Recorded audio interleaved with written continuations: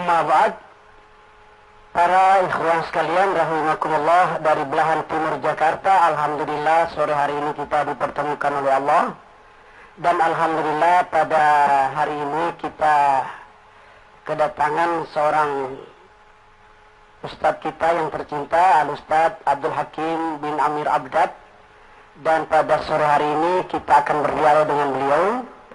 Semestinya Pak Ustadz Mahyudin ya, tapi alhamdulillah kita akan berdialog karena kita emang satu. Assalamualaikum Pak Ustadz. Waalaikumsalam warahmatullahi wabarakatuh. Dan juga di studio ada Ustadz Ibadur Rahman. Assalamualaikum. Assalamualaikum warahmatullahi wabarakatuh. Assalamualaikum Ustadz. Waalaikumsalam warahmatullahi wabarakatuh. Dan kepada Ustadz Mahyudin kita lebih baik berdialog dengan Ustadz Abdad ya. Iya. Ustadz begini, kan di masyarakat kita ini banyak beredar hadis-hadis yang katanya sahih dan sudah masyhur. Misalnya begini, ada hadis utlubul ilma walau bisiyyin. Itu menurut antum bagaimana tuh?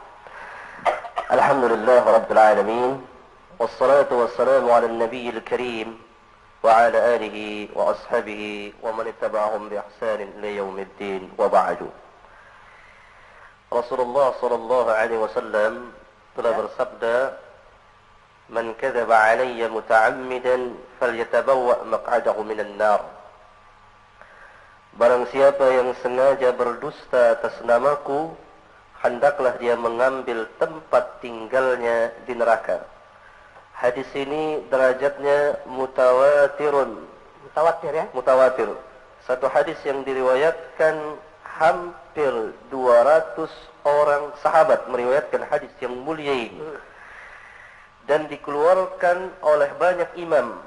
Al-Imam Al-Bukhari, Muslim, Ahmad, dan lain-lain imam ahlul hadis. Berpuluh-puluh imam meriwayatkannya. Hadis yang mulia ini merupakan ancaman yang sangat keras sekali bagi setiap orang yang mengatasnamakan Nabi apa yang Nabi tidak pernah lakukan, tidak pernah katakan. Walhasil, menyandarkan kepada Nabi adalah perkara yang besar dalam agama kita. Karena akan masuk ke dalam tasyri', hukum. Oleh karena itu para sahabat ridwanullah alaihim ajma'in sangat berhati-hati sekali berbicara atas nama Nabi yang mulia alaihi salatu wassalam. Dan dari hadis yang mulia ini kita mengetahui yakni bahwa perlu kita mengetahui pertama dulu apa yang dimaksud dengan dusta itu. Ya. Yang dimaksud dengan al-kadzib ialah mengkhabarkan sesuatu yang menyalahi dengan keadaannya. Ya. Ini ta'rif daripada al-kadzib, dusta itu. Ya. Kemudian dari hadis yang mulia ini kita pun mengetahui bahwa Rasulullah SAW sering mengulang-ulang sabdanya, memperingatkan umatnya yakni tentang dusta terhadap beliau. Sehingga begitu banyak sahabat yang meriwayatkan hadis yang mulia ini. Man kadzaba alayya muta'ammidan falyatabawwa maq'adahu minan nar. Dari hadis yang mulia ini juga kita mengetahui bahwa orang yang membawakan hadis-hadis palsu tanpa diterangkan kepalsuannya lantaran kejahilan dia dan sembarangan sembrono dalam meriwayatkan dari Nabi, maka dia masuk ke dalam hadis yang mulia ini. Ya. Karena dalam hadis yang lain yang diriwayatkan oleh Al-Imam Muslim dan lain-lain imam ahlul hadis, Rasulullah sallallahu alaihi wasallam pernah bersabda, "Man haddatsa anni bi haditsin yura wa fi riwayatin yara annahu kadhibun fa huwa ahadul kadhibin wa fi riwayatin fa huwa ahadul kadhibain." Barang siapa yang menceritakan dariku satu hadis, kata Nabi, yang telah diketahui, yura, wa fi riwayatin dengan lafaz yara. Ada perbedaan antara yura dengan yara. Yang satu telah diketahui oleh ahli ilmu. Orang yang membawakannya ini tidak bertanya lagi kepada ahli ilmu. Dalam Islam ini segala sesuatu ditegakkan atas dasar ilmu. Berbicara tentang hadis harus dipulangkan kepada ahli hadis. Tidak sembarang orang berbicara membawakan hadis. Karena Allah berfirman, "Fas'alu ahla dzikri in kuntum la ta'lamun." Dan dalam Islam dikatakan, "Wala taqfu ma laysa laka bi'ilmun."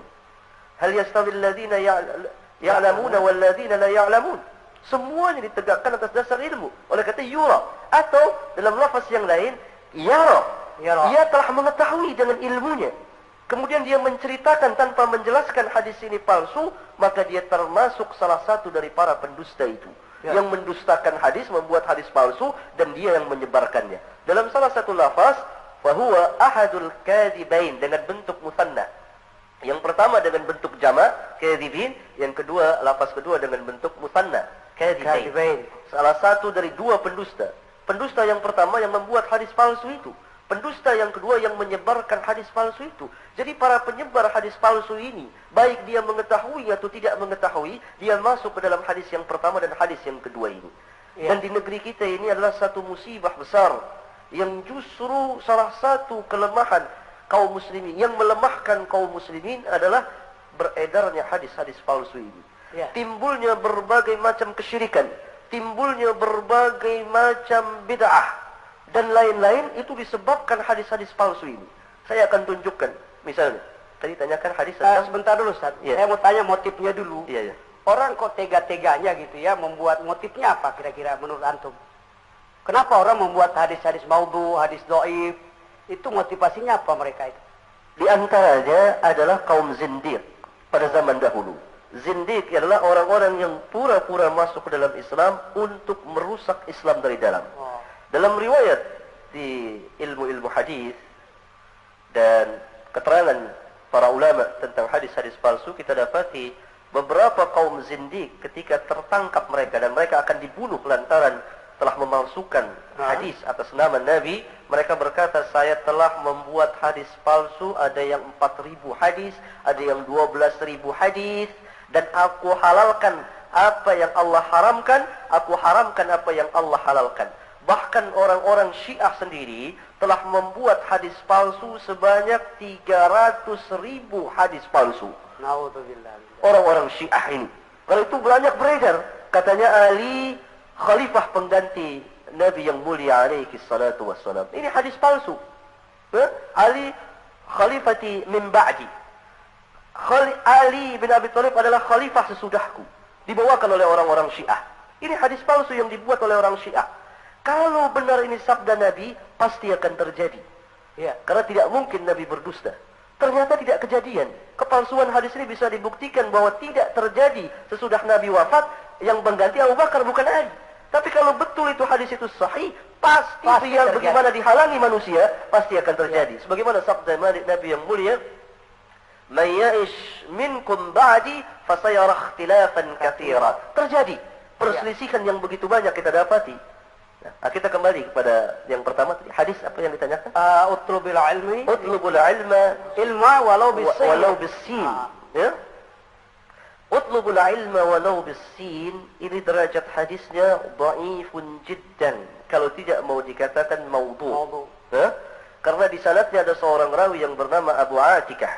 Dia ini rawi yang tertuduh dusta, muttaham bil kadhib. Dalam ilmu hadis ada rawi yang dikatakan yakni pemalsu hadis, kadzab, yakni orang-orang yang telah masyhur mendustakan hadis Nabi. Sedangkan muttaham bil kadzib, ini orang-orang yang dituduh dusta, maknanya dia telah terkenal perkataannya, omongannya sehari-hari masyhur dengan dusta, tetapi belum bisa dibuktikan bahwa dia berdusta atas nama Nabi. Karena itu dikatakan muttaham bil kadzib. Dia tertuduh dusta atas nama Nabi. Karena setiap hari kerjaannya itu hanya bohong. Nah, ini kelemahan hadis ini. Walaupun dari beberapa jalan tetap ada kelemahannya hadis ini. Ini dari segi sanad. Dan bisa mencapai derajat maudhu, palsu. Kemudian dari jurusan sanad lain kita melihat hadis ini sangat gharib. Sangat asing. Karena tidak ada sahabat yang meriwayatkan selain ini. Tidak ada riwayat yang lain kecuali riwayat ini. Hadis gharib adalah termasuk hadis yang umumnya masuk ke dalam bagian hadis dhaif. Walaupun hadis gharib itu tidak selamanya dhaif. Karena hadis innamal a'malu binniyat itu hadis gharib, tapi sahih dikeluarkan Bukhari, Muslim dan lain-lain.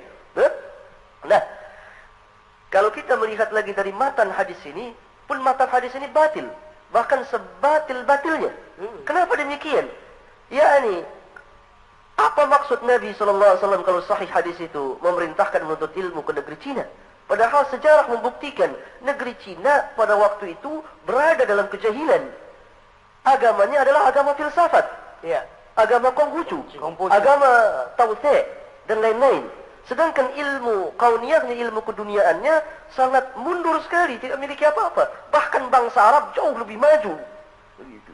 Oleh kita tahulah kita ini salah satu hadis palsu dari jurusan sanad dan jurusan matan hadis itu. Yang semakna dengan ini misalnya hadis utlubul ilma minal mahdi ilal lahdi. Ini bahkan tidak ada asal usulnya. La aslalahu.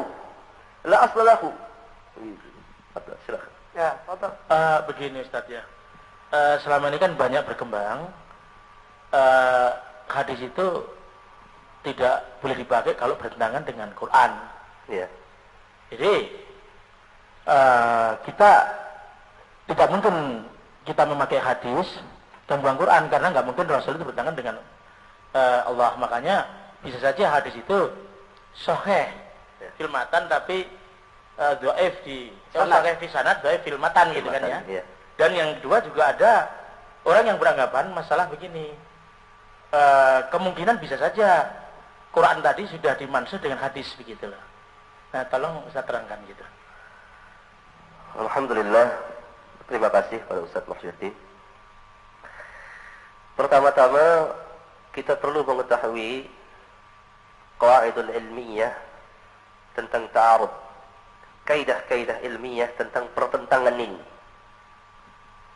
Kaidah-kaidah ilmiah menunjukkan pertama, Al-Quran dengan Al-Quran selamanya abadan tidak akan pernah bertentangan antara satu ayat dengan ayat yang lain. Kaidah mengatakan Al-Quran yufassiru ba'duhu ba'dan. Ayat Al-Quran saling menafsirkan satu dengan yang lainnya. Kalau terjadi pertentangan, maka yang bertentangan bukan ayat Al-Quran, tapi pikiran dan otak kita. Manusia, ya. Oleh karena itu perlu kepada para mufassirin, perlu kepada para ahli tafsir untuk memahami ayat yang mulia. Ini kaidah yang pertama. Kita sebagai seorang Muslim harus meyakini tidak ada ayat Al-Quran satupun yang saling bertentangan. Tidak ada. Yang kedua, Al-Quran selamanya tidak bertentangan dengan hadis.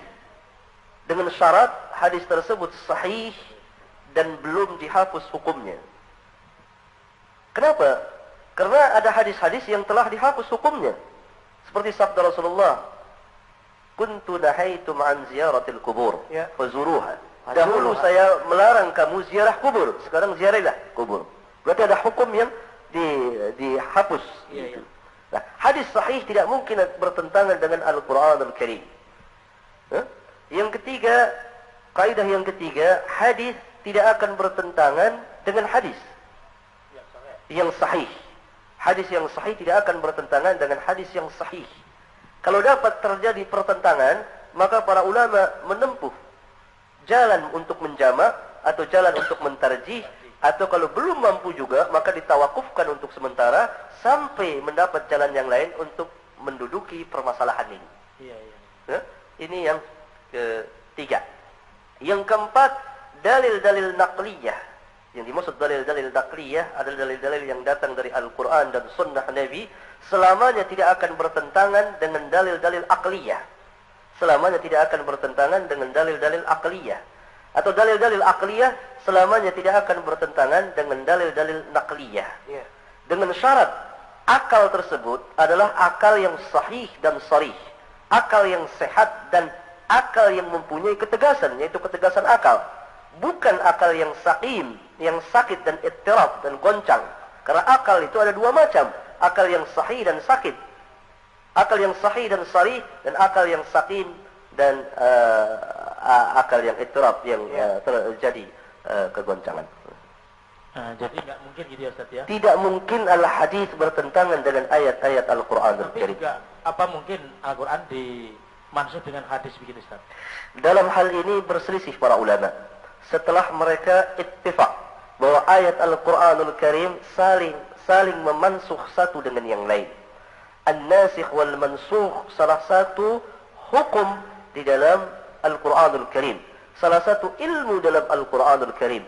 Tidak ada seorang pun ulama yang mengingkari an-nasikh wal mansukh terjadi dalam ayat-ayat Al-Quran Al-Karim. Bahkan risalah, an-nubuwah, kenabian, para nabi dan rasul itu saling memansuh. Bukankah syariat Rasulullah memansuh syariat Musa? Iya kan? Kan mansuh. Bukankah Al-Quran memansuh Taurat dan Injil? Demikian juga, satu ayat Al-Quran bisa dimansuh dengan ayat, bisa dinasikh dengan ayat Al-Quran yang lain. Tidak ada yang mengingkarinya, kecuali seorang di dunia ini yang pernah mengingkari adanya an-nasikh wal mansukh, yaitu Abu Muslim Al-Asbahani. Dia ini seorang Mu'tazili, dari kaum Mu'tazilah, dan telah dibantah oleh serombongan para ulama. Cukup misalnya Ustaz membaca kitab Al-Imam Asy-Syaukani, ya, ini tentang usul fikih dengan nama kitabnya Irsyadul Fuhul. Di situ dibantah habis-habisan Abu Muslim Al-Asbahani. Abu Muslim Al-Asbahani seorang Mu'tazili yang mengatakan tidak ada nasikh mansukh. Ini membuktikan kebodohan yang demikian bodohnya Abu Muslim Al-Asbahani ini yang mengatakan tidak ada nasikh mansukh.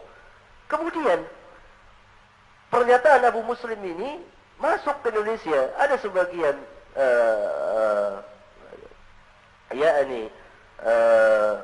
ulama yang mengatakan tidak adanya nasikh mansukh dalam Al-Quran Al-Karim, menyalahi jumhur ulama, para sahabat, tabi'in, tabi'ut tabi'in. Kalau kita buka lembaran kitab hadis, dan kenyataannya ada. Contohnya ayat khamr, contohnya ayat tentang kiblat dan lain-lain. Tetapi jumlahnya tidak banyak. Jumlahnya bisa dihitung dengan jari. Meskipun hadis, begitu juga hadis yang mansuh, jumlahnya tidak banyak, bisa dihitung dengan jari. Mungkin tidak sampai 10 hadis yang dimansuh. Jadi kalau begitu Ustaz, kaidah menyatakan laisa fil Quran ayatun mansuha. Itu tidak ada kaidah yang seperti itu. Oh, tidak ada. Tidak ada, itu kaidah. Antum kasih contoh misalnya apa kira-kira? Contohnya, yakni ayat tentang khamr. Ayat tentang khamr ini jelas, yakni satu ayat memansuh ayat yang lain. Memansuh ayat yang lain. Di awal turunnya ayat tentang khamr ini, Allah Tabaraka wa Ta'ala menerangkan tetapi tidak tegas tentang keharamannya.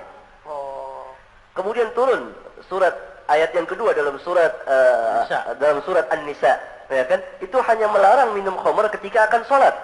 Oleh karena itu Umar bin Al-Khattab pertama kali berdoa kepada Allah agar Allah Subhanahu wa Ta'ala menjelaskan tentang hukum tentang khamr ini. Turun ayat pertama, turun ayat kedua, Umar masih minta juga. Kemudian turun ayat ketiga dalam surat Al-Maidah ayat 91. Jelas diperintah untuk menjauhi khamr itu. Ini tidak syak lagi tentang mansuh. Sebab kalau ayat itu tidak dimansuh, berarti hukum tetap ada. Bolehkah sekarang kita meminum khamr kecuali kalau mau salat saja kita dilarang minum khamr? Tentu tidak. Kalau dikatakan tidak boleh, yakni ada ayat ini, nanti kalau tidak ada nasikh mansukh akan bertentangan antara satu ayat dengan ayat yang lain. Ya, gitu.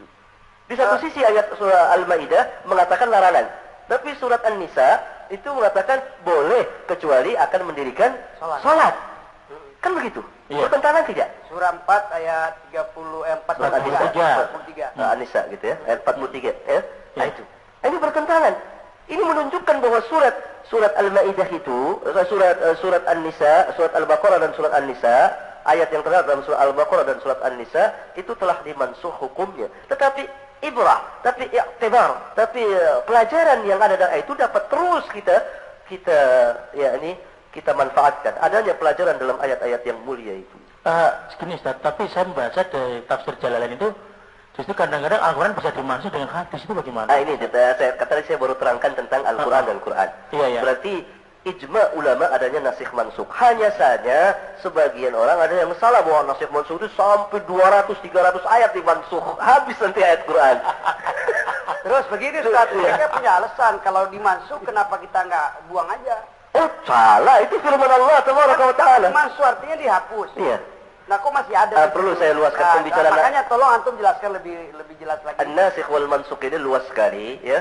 Ada yang dihapus hukumnya, ayatnya tidak. Ada yang diangkat ayatnya. Contohnya dalam salah satu riwayat Al-Imam Al-Bukhari, dulu dalam Al-Qur'an tercantum ayat tentang rejam. Kemudian ayat tentang rejam ini diangkat oleh Allah. Dan hukumnya tetap ada rejam itu. Hukumnya tetap ada, ya. Ada yang hukumnya ditarik tetapi ayatnya tetap ada. Ya. Seperti dalam surat An-Nisa tadi. Ada yang hukumnya diangkat dan ayatnya pun diangkat sama-sama, hilang. Ya? Contohnya, ya ini misalnya seperti ada beberapa ahkam tidak hadir dalam ingatan saya sekarang ini contohnya. Ya, nanti barangkali setelah kita bicara-bicara barangkali bisa hadir kalau mendadak pertemuan ini. Saya ditembak langsung. Nah, ini menunjukkan bahwa nasikh mansukh itu ada, hanya tidak terlalu banyak nasikh mansukh itu sebagaimana yang dikatakan. Sebetulnya tidak ada masalah tentang an-nasikh wal mansukh ini, karena yang menasikh itu, menghapus itu Allah Taala. Dan belum sempurna agama ini. Karena setelah turunnya al-yawma akmaltu lakum dinakum, tidak ada nasikh mansukh lagi. Sudah sempurna. Tidak ada nasikh mansukh. Nah, begini Ustaz, karena mungkin ada relevansinya dengan ayat-ayat mutasyabihah. Tanggapan antum bagaimana? Ayat-ayat mutasyabihah ini. Orang banyak salah paham tentang ayat-ayat muhkamat dan mutasyabihat. Apa yang dimaksud dengan muhkamat dan mutasyabihat? Muhkamat Allah jelaskan sendiri itu umumnya isi Al-Quran Al-Karim. Itu ayat-ayat muhkamat. Seperti aqimus salat, wa'atuz zakat, haji, saum, dan lain-lain. Begitu banyak, berpuluh, beratus, beribu ayat tentang ayat-ayat muhkamat. Sedangkan ayat-ayat mutasyabihat, dilihat dari satu sisi, apa nih yang mutasyabihat? Yang mutasyabihat tidak berarti tidak bisa dipahami ayat yang mulia itu. Ini keliru sekali. Saya ambil contoh. Ar-Rahmanu 'alal 'arsy istawa. Ini termasuk salah satu ayat mutasyabihat. Tetapi mutasyabihatnya dari satu sisi, muhkamnya dari satu sisi. Jadi ayat mutasyabihat itu tidak letterlock semuanya mutasyabihat. Mutasyabihatnya di mana ayat Ar-Rahman wal 'arsy istawa? Di mana mutasyabihatnya? Mutasyabihatnya di kaifiyahnya. Bagaimana Allah istiwa di atas ars? Itu yang mutasyabihat. Karena ayat itu mengatakan Ar-Rahman 'alal 'arsy istawa. Ar-Rahman, Allah bersemayam di atas ars. Ini dari satu sisi termasuk ayat mutasyabihat. Di mana mutasyabihatnya? Mutasyabihatnya yaitu di kaifiyahnya. Kaifiyah istiwanya, Ustaz. Kaifiyah istiwanya. Bukan kaifiyah Allahnya. Bukan kaifiyah istiwanya, yani bagaimana istiwanya itu yang terlarang. Ya, itu mutasyabihat. Bagaimana istiwanya itu? Itu yang mutasyabihat. Bagaimana Allah bersemayam itu? Itu yang mutasyabihat. Nah, yang muhkamnya itu yakni istiwanya Allah itu, yakni bersemayamnya Allah itu alal arsy yang sesuai dengan kemuliaan, ketinggian Allah Tabaraka wa Ta'ala. Karena laisa kamitslihi syai'un. Ini salah satu contoh. Yadullah fawqa aydihim. Salah satu adalah mutasyabihat. yakni tangan Allah. Mutasyabihatnya di mana? Kaifiyahnya. Tetapi maknanya kita tahu Allah mempunyai tangan. Tangan, tapi tidak sama dengan tangan manusia. Itu muhkam. Muhkam. Ya, jadi ayat itu perlu didudukkan. Nah, dari sinilah makanya dikatakan ar-rasikhuna fil 'ilm, mereka yang dalam ilmunya mengetahui tentang ayat-ayat mutasyabihat ini dari satu sisi langit tidak mengetahuinya. Gitu. Ya, baik Ustaz. Menarik sekali. Di masyarakat kita ini kan banyak sekali pengertian tentang ayat mutasyabihat itu. Di antaranya adalah awal-awal surat. Itu biasanya orang mengatakan demikian ya. Misalnya alif lam mim, alif lam ra. Itu yang dimaksudkan ayat mutasyabihat itu. Dan ternyata setelah kita baca beberapa buku, ada yang menggambarkan misalnya alif itu Allah dan lain sebagainya. Ini gimana menurut Ustaz? Alif itu? Alif Allah, lam Jibril, mim Muhammad. Mim Muhammad. Sementara itu mengartikan. Iya, sementara banyak tafsir juga yang langsung wallahu a'lam. Wallahu a'lam. Iya. Iya. Tafsir tentang huruf-huruf potongan di dalam Al-Qur'an ini ada 29 surat. Iya. Di dalam Al-Qur'an Al-Karim yang diawali dengan huruf-huruf potongan. Dan huruf-huruf potongan ini terdiri dari satu huruf sampai 5 huruf. Ini menakjubkan sekali. Yang satu huruf apa? Shad, Nun, Qaf. Yang 2 huruf Hamim, Taha, Yasin. Yang 3 huruf Alif Lam Mim, Alif Lam Ra. Yang 4 huruf Alif Lam Mim Ra, Alif Lam Mim Shad. Yang 5 huruf Kaf, Ha, Ya, Ain, Shad. Kenapa hanya sampai 5 huruf? Al-jawab bahwa uslub, gaya bahasa Arab itu tidak lebih daripada 5 huruf. Apa artinya alif lam mim, alif lam ra, alif lam mim sad, Taha, Yasin dan lain sebagainya, Hamim, Nun, Qaf? Apa artinya? Memang tidak ada artinya. Tidak ada satupun hadis yang sahih, yang marfu kepada Nabi yang menerangkan kalau alif itu Allah, lam itu Jibril. Tidak ada. Tidak ada hadis yang sahih karena memang tidak ada arti. Jadi apa makna? Tetapi hikmah Allah Taala berfirman dengan alif lam mim, alif lam ra, ha mim. Ini untuk al-intisar bil Quran, untuk mengadakan pembelaan besar-besaran terhadap Al-Quranul Karim. Maksudnya gimana? Begini, Al-Quranul Karim Allah turunkan dengan bahasa Arab yang mubin, yang jelas. La'allakum ta'qilun, agar kamu berfikir. Karena bahasa Arab adalah satu bahasa yang tertinggi dengan gaya dan uslub yang luar biasa. Lebih melebihi bahasa yang lain, mempunyai perbendaharaan kata yang luar biasa. Dan ayat Al-Quran ini turun dalam bahasa Arab dengan bahasa yang sehari-hari mereka pakai. Ya? Tetapi mereka tidak sanggup membuat yang seperti Al-Quranul Karim. Oleh karena itu ini tanbih, pemberitahuan. Alif lam mim. Ini Al-Quran turun dengan bahasamu, dengan uslub gaya bahasa yang biasa engkau pakai.